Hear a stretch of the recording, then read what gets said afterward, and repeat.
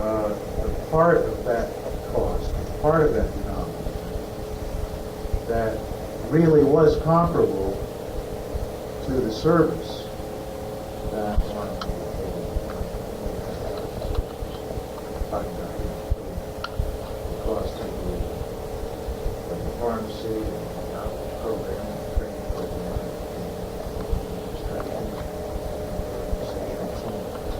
and as part of it. And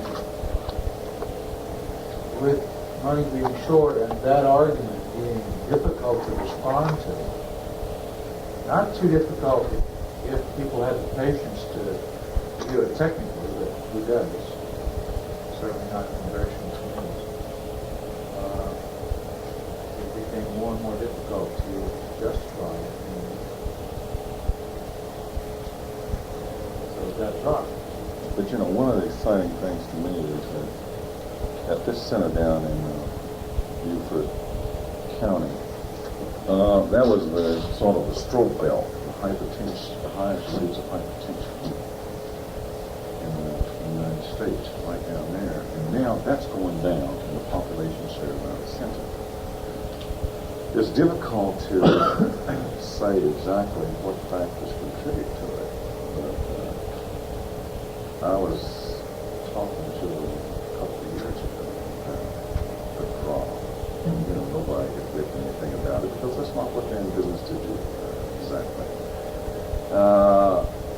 But the environmentalist said to me, you know, I think one of the major factors implicated in the reduction in hypertension is to get these people off of salt water. What do you mean? He said, well, you know, this is low country. We've always had seepage of seawater into the water supply. And I think this is why we had all this hypertension. So I came back and flew that past Tyrol and sure is possible. And from time to time we threatened to look at the data they've got, and the best I've been able to come up with so far is a few master's students who are interested in digging around and seeing what they can make out of the records there. But that's a piece of the whole health center movement that I think still remains to be done. What, in fact, can we inherit from the existing records? On the system, they have surprisingly good records. One reason is because they did have to go through some type of evaluation over all of these years. So, we read through the paper and like that.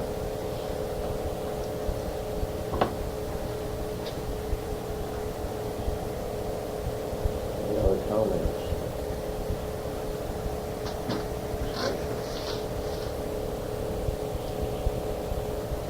If none, why don't we take a 5-minute break and reassemble and thank our speakers for that. And I think we'll continue on a little part of this and on the related things. Mars, February 15th, that the vote that was taken, and then I met with the dissenters on that vote. So everyone's been either selected the paper as the medium in lieu of a midterm exam and a final exam. And there are consequences to that. That most of you are saying you wanted to keep the paper away from your final exams and the other priorities you had. And that means that some people ought to be so far along they're ready to turn in their paper in a month, and others in 6 weeks, and outside times like 2 months. So that I'm just calling your attention, if we've had a preliminary discussion, I'd suggest that we tie it down for some of you that are in a generalized sort of alternative or optional area, that I will keep myself open totally this week pretty much, and most of next week, to conferences with you on any basis you want. So I suggest that almost everybody give me an idea of where you're going, you know, and following up on doing the paper, because it becomes, together with participation in class, the major means of by which you know, you'll unfortunately be graded. If there were no grading system, it'd be fine, but this is the nature of the decision. It's simply to indicate that if I appear to be informal, nevertheless, this is a formality that'll take a great deal of form, and you'll find me, I would hope, expecting you to, as you would expect yourselves, to perform on it pretty well. So all I want to do is say preferably this week and some next week I'll be available. I want to get your idea of where you are, if you haven't already settled it with me, what sonnet deadline you're working on, if you're in a period of either indecision or in a general area, not yet focused. Do you want to talk over how you get, more focused on bibliography and what you're going to be doing or what kind of paper you're going to be turning out. And I'm not here trying to discuss it with any one of you. I'm just trying to call your attention to why we're going to be on group practice pretty much the next 2 times, and then we have the balance of this time to first, whether some points about this or last week hanging over when we finish with speakers at the end like we did last week. I want to be sure we haven't left too much. Did any of you get stirred by anything hanging over from last week that you felt, did we get through the materials we gave you to read? I gave you a good bit of variety of things to get your thoughts on how the whole fee runaway thing took place. I sometimes get things like this. Last week I attended a Pete Marwick Mitchell, in which there is no, bigger than amongst the big 8 accounting firms analysis of the TEFRA consequences on, on a lot of things, on doctors who are professionals, and on Medicare and on Medicaid, of TEFRA being the 1982 Tax Act, these fancy initials for it. It's, and I don't have these to give out, but if people had particular and specific interests because of other things they're doing in no fun to read stuff, but of the massive impact of this act and what it's going to do to hospitals and crunching them, moving them on to solidly away from their basis of reimbursement, how it's going to crunch on MDs incidentally as the hospitals look around to see who they can crunch, you see. And namely, let's take the discussion was around issues of outpatient. Suppose they list 200 to 400 surgeries that they believe can be done outpatient as well as inpatient. They are then going to reimburse the physician, whatever you call him, 60% of his. When he does it internally, he's going to get 60% of his reasonable, usual, and customary. It's going to have enormous consequences. See all these things. The hospital crunch around diagnosis-related groups, the whole clamp down, the expansion of Section 223, all these things that I don't pretend to know in detail. But if any of you have particular things, we're not getting into them. And I'm not trying to. I just want to indicate them. When the meeting ends, I try to steal from the sponsors a few things that a few of you can borrow if you want to do it, or copy, borrow them, copy, do whatever you want to do, which is sort of internal things that are normally paid for by their clients. It's like the Pete North Mitchell analysis of the impact on them. So I have those here if any of you want. But there are things happening right now that maybe you've touched on. I mean, raise your hands if, like, for instance, in some of your health financing courses last fall, they were telling you the consequences of an act that took effect October 1. Did they? I mean, have you all got the idea that, okay, they've given you all that already, so okay, you've got it. And I don't want to be, I was more concerned on some other aspects of the presentation, like how physicians and medical groups are going to jump around and what they're going to do and why they've incorporated so much. Some of that I'll give you in different ways, and in what ways this act impinges even a little bit on their set-asides through corporate accounts. All right, first, from last week, were there any of you with issues in your mind, things that you did or didn't feel. You're helpful to me if you comment on the speakers too, like did Ms. Matula do a business-like presentation, you think, did you get an idea of the way an administrator saw her role? Was there something seriously lacking from her presentation in any of your feelings, or was it a overall pretty workmanlike job? Yes. I think I enjoyed it. I mean, I thought she was professional and she did it. She had a good presentation and all that. I just feel like a lot of insiders or whatever, a lot of people that are from inside an organization, say Blue Cross Blue Shield or whatever, tend to protect their what they're in the bargain is, what they're in the deal is, as far as quality control, for instance. I asked a question, I think, on ensuring, the quality control, ensuring that their guidelines or whatever are followed. They say, well, we put it out. See, a lot of people do this. They say, well, we put it out. It's up to them to figure it from their end. It's the physicians or whatever, their responsibility from now on. And I just disagree with that. I feel as if there's a mission involved. When you have quality control, there's an aggressiveness that needs to be employed as far as you put the guidelines out. You also, one part of quality control, whatever, is to make sure that they're quality. Was she really talking about quality control, or we mean it in the school here? What did you all think? Was she? Or was she talking about fraud control when she was speaking? What do you think she was talking about? Yeah, I didn't think she was ever. Her term for fraud control was quality control. Is the only thing I was getting out of the presentation. In other words, it was a series of checks to guard against fraud.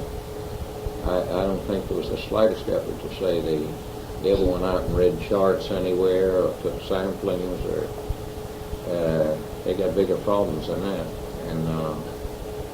And she was using that word as I got, but I think we should have disagreement if any of you see. I think she was using the word quality control it's so that you could not scare a doctor half to death. It wasn't a fraud control division writing him. It was the quality control division asking him why they were getting so many in bills, like why do we get 45 to 50 bills a day from you or something like that. Just quality control technology. Or whatever it was she was describing at that point, I got the idea it was a fraud control division. I think she's no more different than any other bureaucrat, private or public. She was explaining she had 125 people working 3 shifts a day when we got through, or else you'd think they were doing a phenomenal job. If we brought in the blues people, they'd tell you the same, or anyone else. I mean, that's normal. I'll give you a reading a little later to give you an idea of why in the cases you might have read, like how in the world could a person be convicted and have all the other problems of some of the people you saw there and murdering people and still be drawing that kind of money. And it's not an 83 or an 82, I think it's an 81 clipping, but it's the first time I've seen several doctors respond to the Wall Street Journal who was attacking them for being ganged up and never disagreeing with each other, even when fraud was brought out in the open. Somebody called her attention to that, and the 3 of them responded in a rather responsible way. That maybe you've never served on the committee, and maybe you've never been sued like I have for, with you're laying your name and your reputation, everything on the line when you say this guy is a crook. I mean, we know we've got him there, but there is no structure anywhere inside of anything. Another one writes in from Medical Society saying, we know we wanted to stop a few bad crooks in Medicare and Medicaid in this state. And if you want to hear what it's taking, it then goes on to describe how many lost days from work of a committee of 6 doctors, how many lost, time on a witness stand being abused. The people hire the doctors or the pharmacists you saw, they will hire the best counsel in the world, to work these people over, and they're saying that we appeal to the Medicaid division, and they say $50,000, for lawyers is our limit, and he may be spending $500,000. Lawyers to beat them, you see, and they just wear these honest doctors out to try to get them off the list. So they call for due process. You understand? That guy that had been convicted and killed those people, if they took him off the list tomorrow, he would just get some judge to order him back on until he got due process. Now that isn't the way it should be, in my opinion. You know, there ought to be he who pays the piper calls the tune. In other words, they should be able to remove anybody, but when you're a government agency, you see, you're not allowed to do that. The private outfits, remember, could do it. They're scared to do it politically. Public ones can't do it. You can call for due process. In other words, I want to get a hearing, right? When the mine workers used to clip people right off their program, that was the end of it. They were either a crook or they didn't like the way they parted their hair. You could guess at anything you wanted to, but they were gone. They were the paying agency. And if R.J. Reynolds does it in Winston-Salem, that's the way it is. They form an HMO and the Medical Society screens and condemns them. But, you know, let's see you go and sign up as many of their employees as they can sign up when they're in control. So, any other things about the, we were, remember, moving from payment, our first big discussion of payment, which you get in other ways, and I don't know how practical our discussion, how you felt it was, whether it adds to your knowledge. I don't want to be repetitious, so I need your suggestions from time to time of what items you want to cover. I tried to give you some little different flavor in those readings for that. For this thing, all I was doing was giving you a very elementary Martin Luther King report in which he was sort of wandering around this director, you know, rather than overwhelm you with somebody trying to tell you about that whole period. You could see in the 5th year how their dreams had moved from being doctor-centered to a hell of a lot of problems, you know, what the community trying to seize control, and nurses, and what was their bright hope that MIT professors would straighten it all out. That's the way it looked to them in 71. Well, you know, by 72, they'd probably say that didn't work as well as we thought. You know, a new problem has broken out. It's eternal, the way things go on. It's a price we pay for democracy, I suppose. What about the discussion today? Any other, anyone have any later thoughts? During the break here, somebody was saying it's a different era we're living in now. You all understand it was then. It's very political. Dr. Madison set up at the top there has to be a federal dollar. The green stuff has to flow. It's not flowing anymore. But even if it flows, did that mean any of it got to Greensboro? Or to Charlotte, you following? You understand? You don't want to assume it goes where all the need is evenly. It means somebody has to be a catalyst force. That catalyst force could have been anything. It could have been a poor group in some community. You saw that semi-revolutionary, if not fully revolutionary, you know, manifesto getting funded, and then getting kicked out a few years later when they, you know, can't make it go. In some places, it was clinics that took it on. Actual, well-established groups deciding it was, they'd come forward and say, we'll accept an advisory committee from the community, and we will take a free payment for, you know, a portion of the community. Then it became a fairly staid, straight program, maybe, rather extensive and comprehensive as we would think of it, but without maybe vehicles, you know, maybe going out into the country to pick the people up, maybe without more than social worker aides, you know, under social workers, rather than family health workers. There were amendments, but I think somebody asked the question, and like, what if there were 1,400 rural communities? Was there a way in which they decided those most in need? Yeah, anyone coming forward from those most in need could get a grant, you see. You had to be able to meet minimum demands, you see. In other words, medically underserved, you had to have a certain maternal and infant death rate worse than the national. You had about 3 or 4 standards. Once you met those, anyone could come forward, you see, and then they had to remove the medical society veto.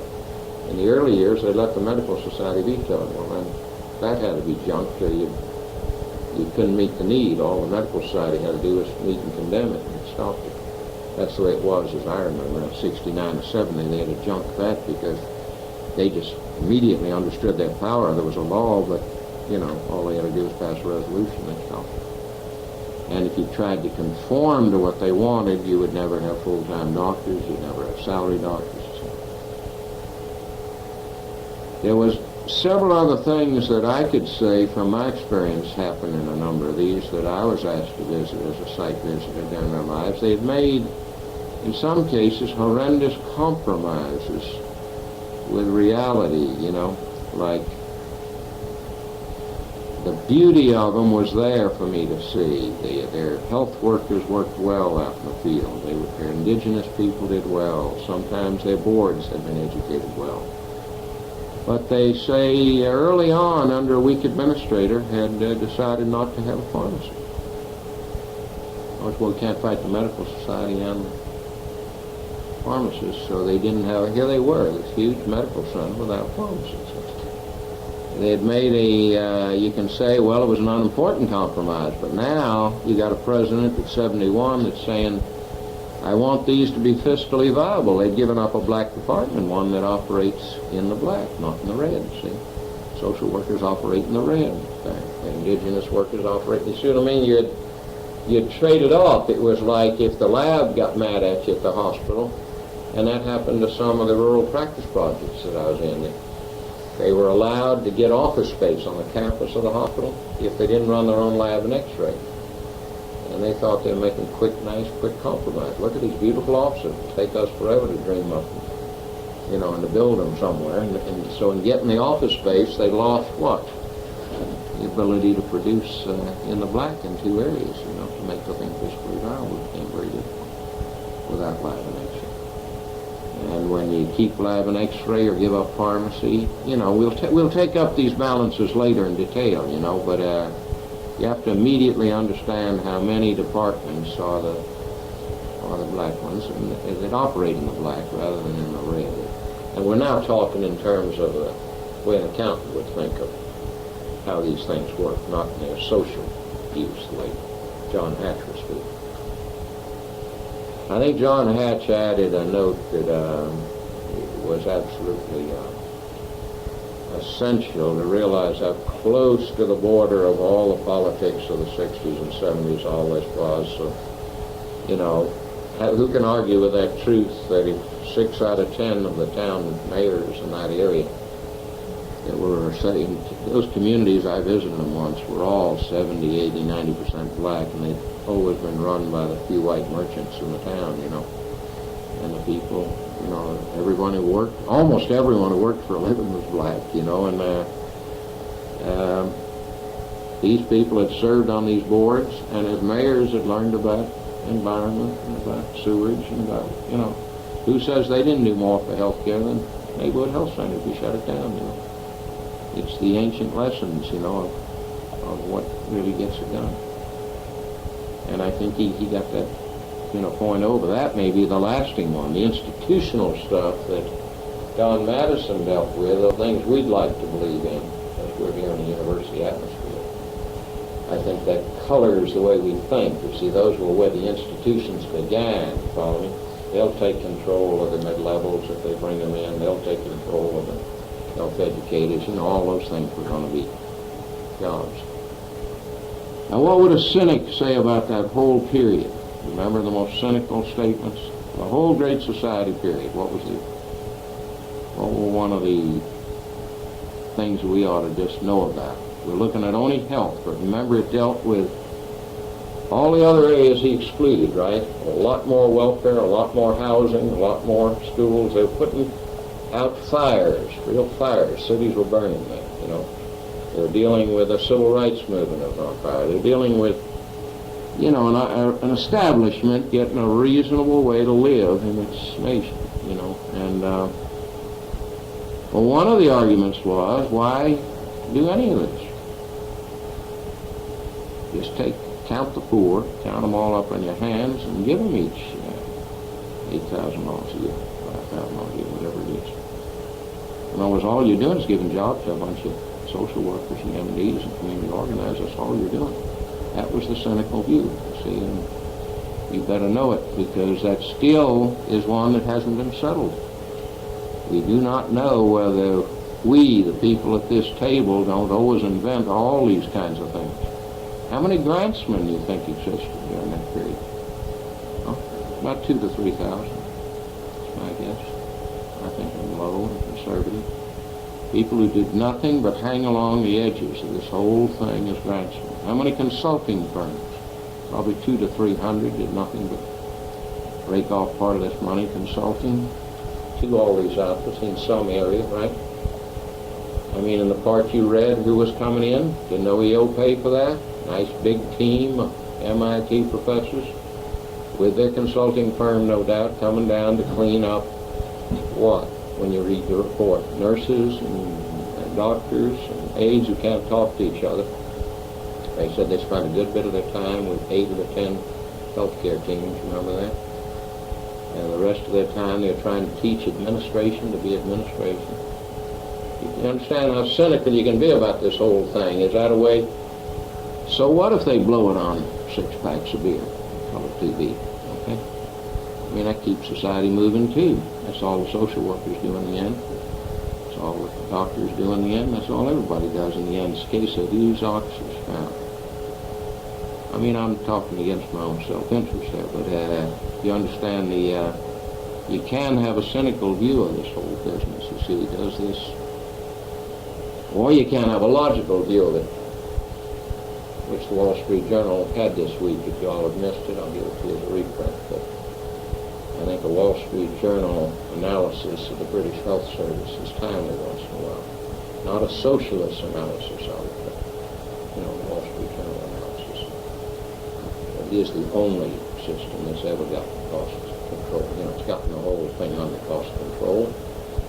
And he interviews all the people who are waiting in line. That's the biggest complaint, right? You can't run in and get surgery when you want it. The people, when they're interviewed, aren't angry a bit. I just enjoy it. If you were 69 waiting for a hip operation, would it be so terrible to wait till 72, or don't you know the nurses in this room and the aides in this room and 100 rooms like this, they could tell you, what in the world are they doing to that little old lady? This is her 9th operation that orthoped's been on, She's 78 now, and I've watched her be cut on for 10 years, Is that good medicine too? And what are they rehabilitating? The purpose of orthopedic surgery is to rehabilitate. The person's not in pain. Why is she getting a knee? And now she's about to get a hip. And isn't that only going to throw her over on her left hip and break that one the next time she tries to? So why isn't that what he really intends unconsciously? His net effect is to get is to keep this up until he gets to every part of the body. That's the cynic's view too, front of you. Are you saying that the article was positive? Well, no, it's a Wall Street Journal, but I think it's terribly important to realize they go out and interview people who are waiting in line for surgery 3 years. And they all had a positive. And they didn't all, but it's amazing that these people, some of them gave very tempered statements. I don't mind waiting my turn. I mean, here's the whole American press. It's all that's being discussed right now is, can we afford the system we're under, right? We're going to have some solution to it, and I'll give you some other readings. One on marketing, because marketing is going to be part of what we take up in these next 3 things, but not at this time. I'm going to give out a bunch of readings.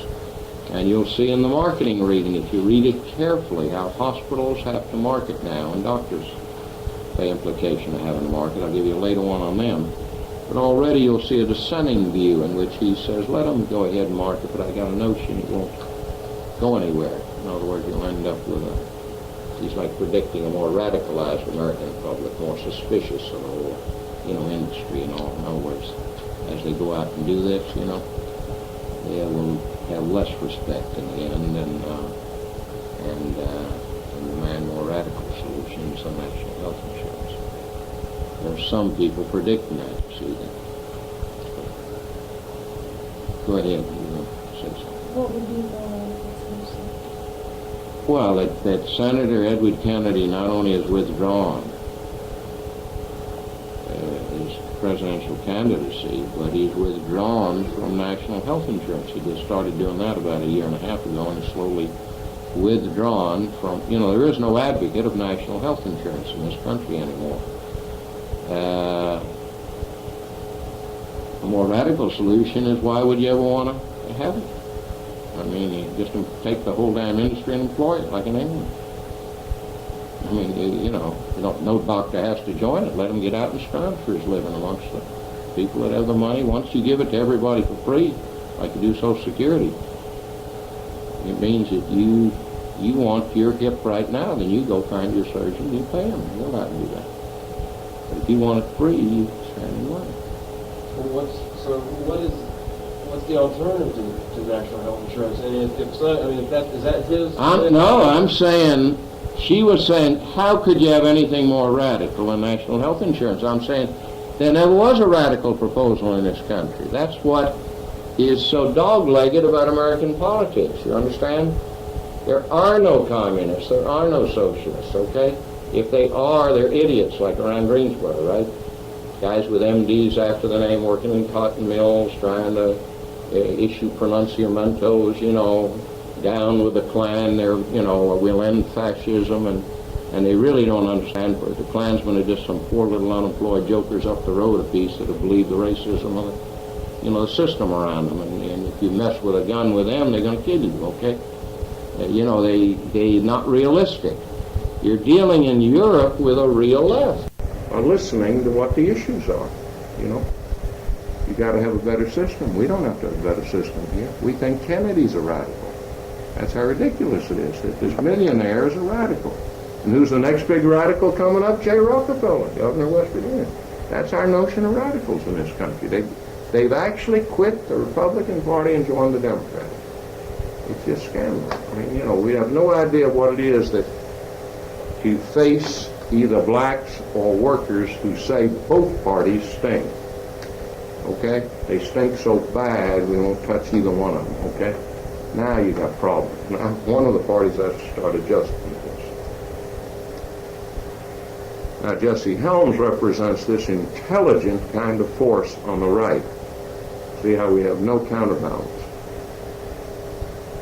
Okay? This is all free editorial comment. I just throw this in. This has nothing to do with the court. Just free editorial comment. But you see, he understands his role. There are no left that understand. He understands his role. Keep the heat on Reagan, right?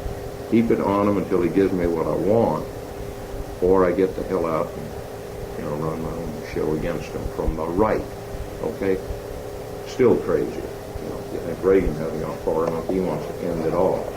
Reagan only wants to end the federal government. He wants to end all, what you might say, Christianity without calling it that. There'll be no such thing as saying, am I my brother's keeper? Of course you're not. See, it's all cloaked in Christianity, but it's the idea that you abolish the Old Testament and certainly the New Testament. There'll be no good Samaritans. There won't be any such ideas as that. You're not to. And I'll give you some quotes on that in a little bit if you don't think it doesn't influence doctors.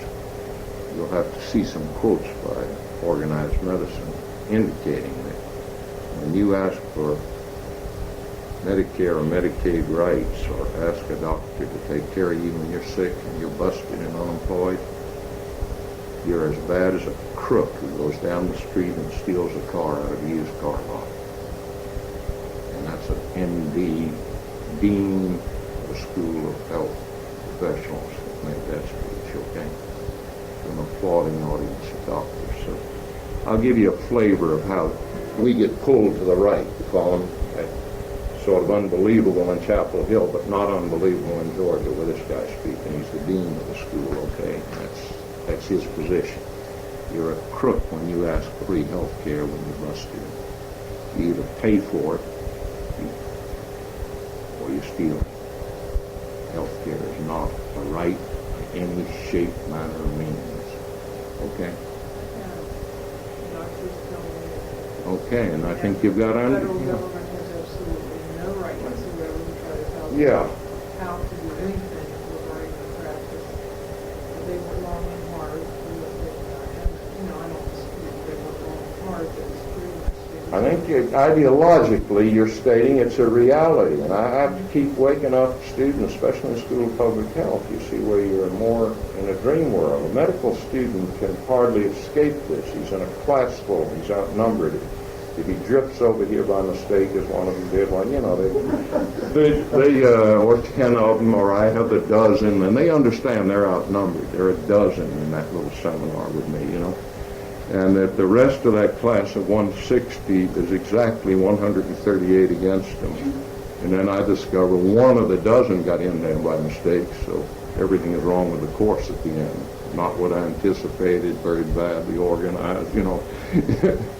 Did you pick this seminar? No, you know, so everything went wrong with that poor devil who had to listen to my garbage for, 12 long weeks. And I really felt sorry for him or her, but the rest, everybody else seemed to understand they were dissenters, you know. And then there are people in the middle. While they're in school, they're in the middle till they get out and make money. Then it's a very hard road. What do you mean by that? Well, I think there's much more liberalism, idealism. I think medical students bring an enormous amount of idealism in entering medical school. Right. In the first year. And I think it stays through the second and into the third, so they can give them a little social medicine.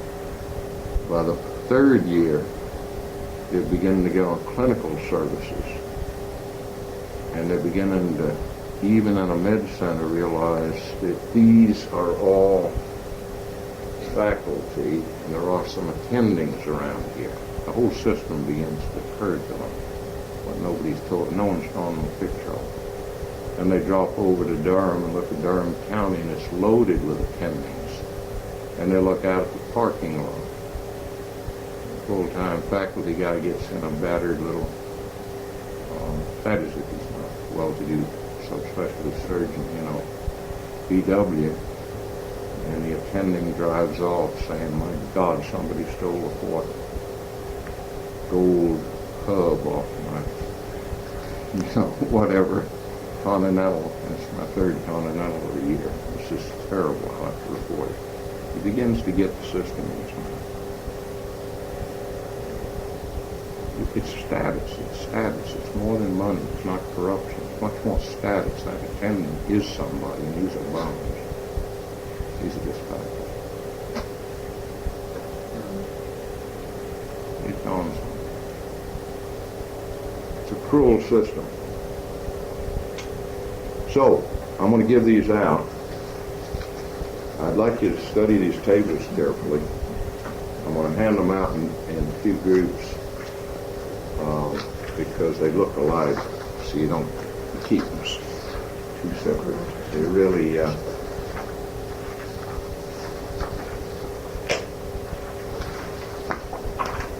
behind is coming another table. I'll tell you the sources in a minute, and then I'll give you the third page. Does anybody know, see Yao, where they can give it to them, or does anyone see Miss Harris? Any of those two people in any class? Can you take a set? Sure. For Yao and they both have boxes over here. Right. Then how about letting me drop them in their boxes? I'll do that.